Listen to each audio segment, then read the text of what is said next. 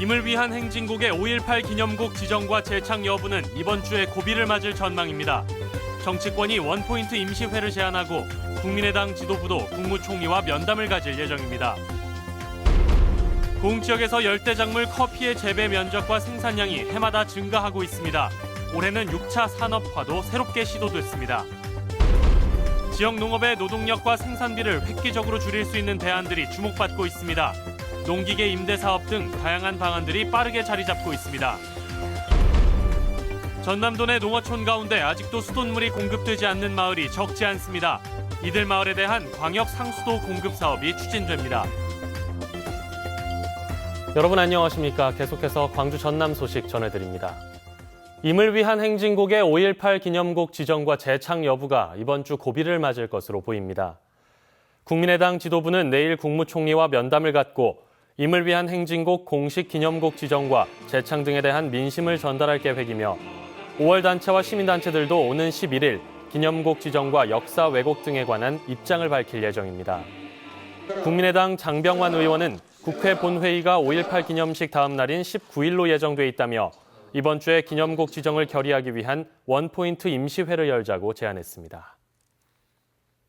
지금 고흥에서는 열대작물인 커피가 본격적인 수확을 앞두고 있습니다. 재배 면적과 생산량이 해마다 늘면서 6차 산업을 위한 새로운 시도도 시작됐습니다. 문형철 기자입니다. 시설 하우스 안에 빼곡히 들어선 500여 그루의 커피 나무들. 가지에는 콩 모양의 열매가 검붉은 빛깔을 뽐내며 탐스럽게 열려 있습니다. 가까이에 커피 나무가 있다고 하니까 너무 보고 싶었어요. 신기하기도 하고 열매가 너무 탐스럽기도 하고 너무 좋네요. 고흥에서 커피 재배가 처음 시작된 건 지난 2012년. 국내 최대 일조량과 온화한 기후의 영향으로 지금은 15농가 2헥타르까지 재배 규모가 확대됐습니다. 생산량도 크게 늘어 올해는 3.5톤의 원두가 수확될 것으로 예상됩니다. 수입이 처리는 안 됩니다. 곡물로서 수입이 가능하기 때문에 내수에서 애호가들이나 6차 산업화를 위한 시도도 활발해지고 있습니다. 단순한 체험은 물론 전문 교육까지 가능한 대규모 시설이 문을 열면서 그 성공 가능성이 주목을 받고 있습니다. 농업하고 바리스타 과정이 접목해서 지역 경제, 관광 활성화를 유도할 수 있을 것입니다. 기후변화에 따라 대체 작목 육성의 필요성이 더욱 강조되면서 고흥의 커피 재배 면적은 오는 2020년까지 10만 제곱미터, 축구장 14배 크기로 늘어날 전망입니다. MBC 뉴스 문형철입니다. 영농이 많이 기계화됐지만 밭농사를 짓는 데는 말 그대로 뼈 빠질 정도의 노동력이 필요합니다. 농촌 일손이 갈수록 고령화되는 상황에서 노동력을 절감하는 기술이 농민들에게 큰 희망이 되고 있습니다. 이계상 기자입니다. 여느 고추밭과 달리 흰색 부직포가 두렁을 이루고 있습니다. 터널식으로 만들어진 시설 안에는 고추 모종이 튼실하게 자라고 있습니다. 이 농법은 이상 기후와 설이 냉해 피해를 막을 수 있다 보니 지난해 수확량이 3배 넘게 늘었습니다. 특히 부직포를 벗길 때까지 병해충 방제를 할 필요가 없어졌고 병든 고추를 따줘야 하는 수고로움도 덜게 돼 고령의 농민들이 주축이 되는 고추 농사에서 노동력을 크게 절감시킬 수 있게 됐습니다. 병이 오면 이렇게 다 작업을 뽑아내기도 하고 없애버려야 되거든요. 소각시켜버려야 되거든요. 아니 병충 안 오니까 그런 일은 또 덜어주지 않습니까요? 노동력 절감을 위한 필수 조건이 된 농기계 임대 사업도 활발하게 진행되고 있습니다. 영농철을 맞아 임대 사업소마다 농기계를 빌리러 온 농민들이 늘고 있습니다. 하루 임대료가 10,000원 안팎에 불과한 데다 조작 방법도 갈수록 간편해져 농민들이 손쉽게 이용할 수 있게 됐습니다. 대부분의 임대 농기계는 밭작물 관리에 필요한 것들로 갖춰졌습니다. 농가들이 이렇게 힘들어 이렇게 농사를 짓기 때문에 쉽게 편하게 이렇게 농사를 하기 위해서 기계화를 하기 위해서 이렇게 하고 있습니다. 농도 전남은 65살 이상의 노인 인구가 전체 20%를 넘어서면서 이미 초고령 사회로 진입했습니다. 농업기술센터는 노동력을 최소로 줄이고 수확량을 늘리기 위한 방법을 찾기 위해 안간힘을 쓰고 있습니다. MBC 뉴스 이계상입니다. 올해 남해안에 보름달 물해파리가 대량 출현할 것으로 전망됐습니다. 해양수산부는 해파리 유생 밀도를 고려할 때 올해 남해안에는 보름달 물해파리가 지난해보다 1.5배 이상 증가하고 해파리주의보 발령 시기도 예년보다 앞당겨질 것으로 전망했습니다. 국립수산과학원이 지난달 전국 24곳의 해역을 대상으로 해파리 유생을 조사한 결과 경남 지역에서는 전국에서 가장 많은 세제곱미터당 최대 16개 채가 발견됐습니다. 전남도 내 농어촌에서는 수돗물 대신 지하수나 마을 간이 상수도물을 먹는 마을이 많습니다. 이들 마을에 가까운 광역 상수도를 공급하는 사업이 추진됩니다. 최진수 기자가 보도합니다.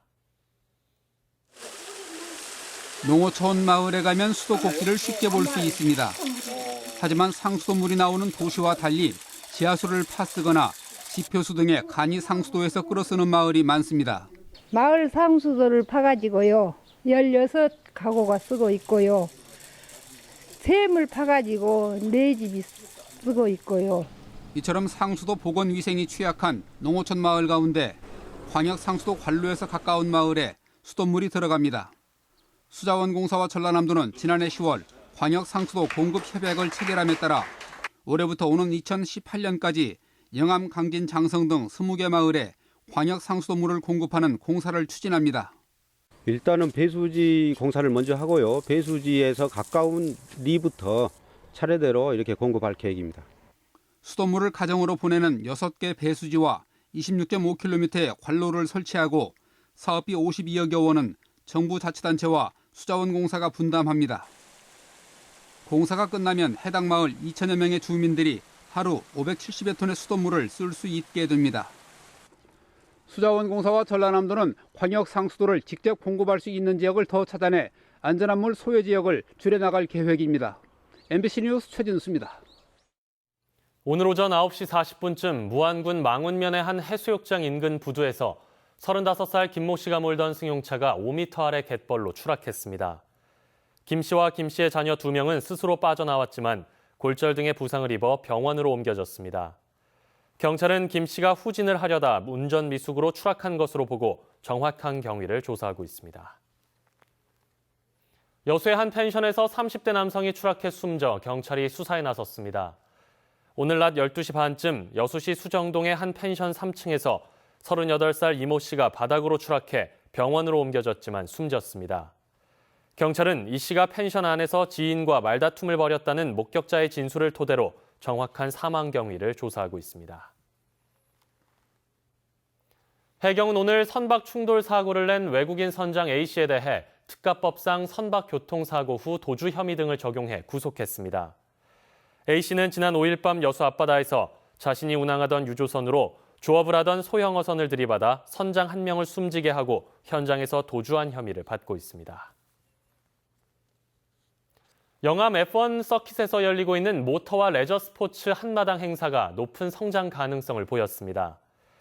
모터 레저 스포츠 한마당은 그동안 국내에서 시도되지 않았던 슈퍼카 택시타임과 어린이의 친구 타요버스 등 가족 단위 행사를 늘리고 사람과 자동차 경주 등이 관심을 끌면서 개막 첫날 2만여 명을 시작으로 오늘까지 4만 8천여 명이 방문했습니다. 오는 15일에는 올해 가장 큰 규모로 치러지는 에이포스 국제 자동차 경주 대회가 행사의 마지막을 장식합니다. 광주시가 한전과 함께 전기 자동차 급속 충전기 44대를 연말까지 추가 설치하기로 했습니다. 충전기 확대 설치는 지난해 3월 맺은 업무 협약에 따른 것으로 광주시가 부지를 제공하고 한전은 설치비와 요금 부과 등을 맡아 올 하반기 설치를 완료한 뒤 내년 1월 서비스를 시작합니다. 이에 따라 광주에는 기존에 설치된 24대를 포함해 전국에서 가장 많은 68대의 차량 충전기가 운영됩니다. 일자리 창출 실적을 두고 전남 지역 자치단체들이 선의의 경쟁에 나서 결과가 주목됩니다. 광양과 순천, 목포, 나주시와 담양, 해남, 완도군 등 전남 7개 시군은 일자리 목표 공시제를 이행하는 우수 기초자치단체로 평가받아 최근 고용노동부가 주관하는 최종 설명회에 참가했습니다. 일자리 목표 공시제는 지역 특성에 맞는 일자리 창출 목표와 대책을 주민들에게 제시하고 성과를 확인, 공표하는 고용 활성화 시책으로 고용노동부가 이달 말 우수지자체를 확정해 시상합니다.